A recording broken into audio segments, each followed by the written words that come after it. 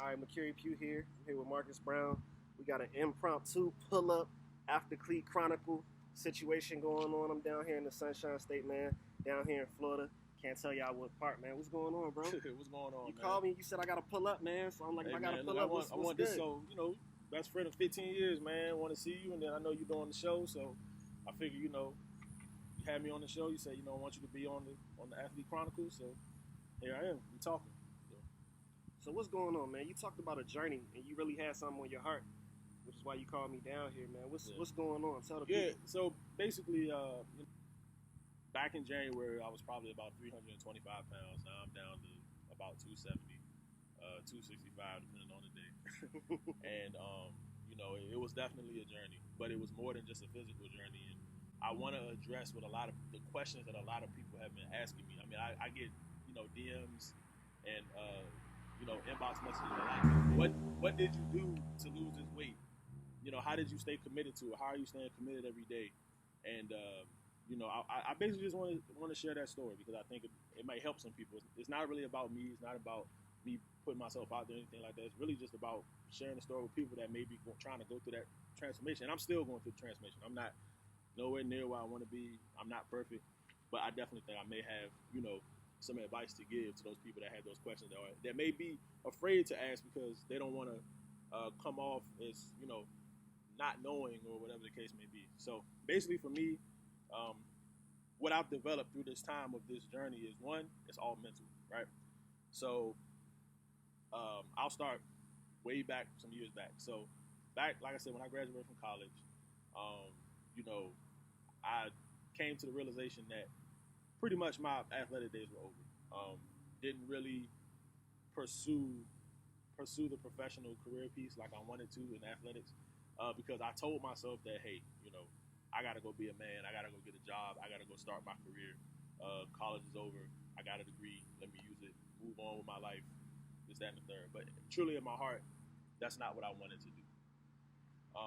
But I did it because I thought it was the right thing to do at the time. So lesson number one, do what your heart tells you to do, not what your mind thinks is the right thing to do. Because at the end of the day, you have one life and you have to do what makes you happy. So I did not do what made me happy in that situation, which caused that one piece caused a slew of other situations and other disparity in my life that I did not realize was an issue to pretty much when coronavirus started and I had the time to, really sit in my room and think about everything and really self-reflect and check myself because I always been on this weight loss journey. I would lose weight and gain it back, lose weight and gain it back. But this time I became the heaviest that I ever was. And I'm like, why am I not committing myself to this? Well, because for one, when people ask me, hey, what special diets are you on? What special workouts are you doing? There's nothing special about it. It is commitment and discipline, right? But that commitment and discipline starts with the mental piece. So if you're not mentally in a position to where you can commit yourself to it, it's always going to fail. So for me, my mental roadblock was that anger and that funk that I was in from not doing what I wanted to do 5-6 years ago because working out was related to that. Training was related to that. And so because training was related to that, I would get to a point where the workouts would start getting hard because I was getting more in shape, so I have to do more to stay in shape. And then I would just, why am I doing this? I don't have a competition coming up. I don't have a season coming up. I don't have a game coming up. Why am I doing this? Why am I putting my body through this? Because that's what it was related to for such a long time. And that was just a mental, I just didn't care. I didn't care. At that time, I wasn't caring about myself like I should. I wasn't committed to caring about myself. And so, and also at that time, I felt like I had lost my identity. I felt like because I didn't do what I wanted to, I felt like I let myself down. I felt like I let those who cared about me down and those who had invested in me, all the way coming up, I let them down. So many different things I felt about myself that I was trying to hide it. I was trying to hide it through coaching and behind my catering business and all these other things. And quite frankly, I should have just addressed it, and I didn't. So finally, here during the time of coronavirus, I addressed it, and I finally got down to the nitty gritty of what it was, and I never really forgave myself for it. You know what I'm saying? And so finally I did, and then also I realized like, hey, I gotta be the best version of me so I can be the best version of myself in whatever I'm doing, whether I want to be the best cook, whether I want to be the best coach, whether I want to be the best family member, the best friend, whatever I got going on in my life, I want to be able to do it to the best, but I can't do that until I fix this. So for anybody that's trying to go on a journey of lifestyle, fitness, and wellness, it starts in the mind. Get rid of your roadblocks. Get rid of anything that may be holding you back, so that way you can truly commit yourself to it. Because it's a lifestyle. It's not something that you pick up and do when you want to fit into a suit or fit into a dress or look good in some pictures or take your shirt off on the beach. Fitness, it should be something that you do because you know that it's what our bodies need.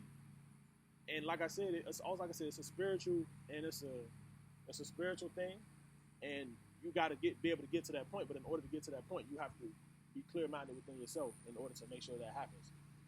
So the most important piece of the journey was getting in a good mental place with myself, accepting my bad decisions. Because like I said, with that anguish and that anger I had in my heart, that caused a lot of other issues with myself and, different friendships, relationships, and just things at work and all these other things that I was, for some reason, I didn't have answers as to why certain things wouldn't click for me. And then finally, when it hit me, it was just like, because I wasn't all the way there, and because I wasn't happy with myself, other things are going to lack. So now, like, when I finally dealt with that and I got over it, it was like an epiphany.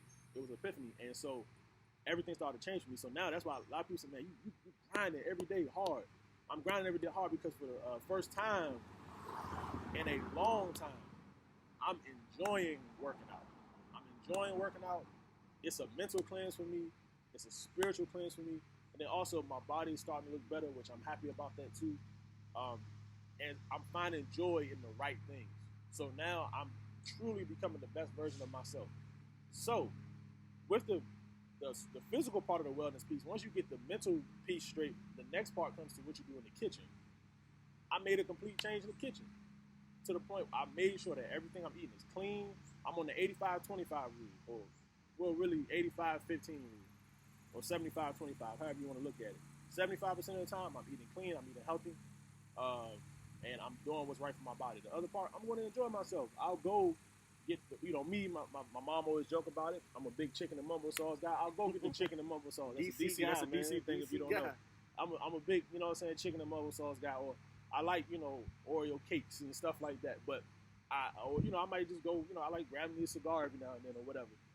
I'll go do those things, but it's all done in moderation, because when fitness is a lifestyle, you know how to keep it in moderation, and you know how to keep it where it needs to be. So it's all also the next part of it. The next piece with the mental piece is what you're putting in your body, because your body is your temple, and you are what you eat, and that is true. If you eat clean, drink clean, and do things for the most part in a clean manner, then you're going to see the results that you want. There's no special diets, and nothing against keto and the Atkins diet and all those other things, but it's nothing compared to just get yourself on a sustainable dieting, because people confuse the term diet in an interchangeable way. That's wrong. So the word diet actually means what you eat on the daily basis, not something that you do. A diet is not really a verb. You know what I'm saying? Like, I don't know. It's one of those things where your diet is what you do on a daily basis in regards to what you're eating and how much of it you're eating. When people say I'm gonna go on a diet, going on a diet, I mean, it shouldn't really have to be going on a diet. It should be that you should have a clean diet. You should have a healthy diet. Not, I'm gonna go on this diet for 3 or 4 months to cut this weight. If you do that, it's not sustainable, and the weight's gonna come right back, and you're not gonna have discipline. So discipline yourself in the mind and mentally, where, okay, for the most part, I'm gonna eat clean. I'm gonna eat clean, and I'm gonna do what I have to do. And on the weekends, I'll have my cheat meals and all that good stuff. Then finally, after you deal with the mental piece, and then you deal with what you're doing in the kitchen, now you get down to the working out part. The working out part is actually the most least important part, because that's something that anybody can do. Anybody can get up and walk for 30 minutes, go do some calisthenics. That's fine. But you're not going to be able to do any of that if you're not putting the right foods in your body and if your mind's not right. So you have to start with the mental piece. So, like I said, luckily for me, I identified what my mental roadblock was, and it was just a simple fact that I wasn't happy with myself because I made a decision that in my heart, I didn't want to make. But I thought it was the best because, I wanted to be a man. You get what I'm saying? And so now that I addressed that and I realized other issues that it caused in my life, now I'm at a place where I'm happy, I'm energetic, and I've, forgiven myself for anything that I may have not done my best on or any problems I may have caused because of I wasn't being myself. And now I'm in a place where I'm full steam ahead and I'm really, truly ready to be the best version of Marcus Antoine Brown.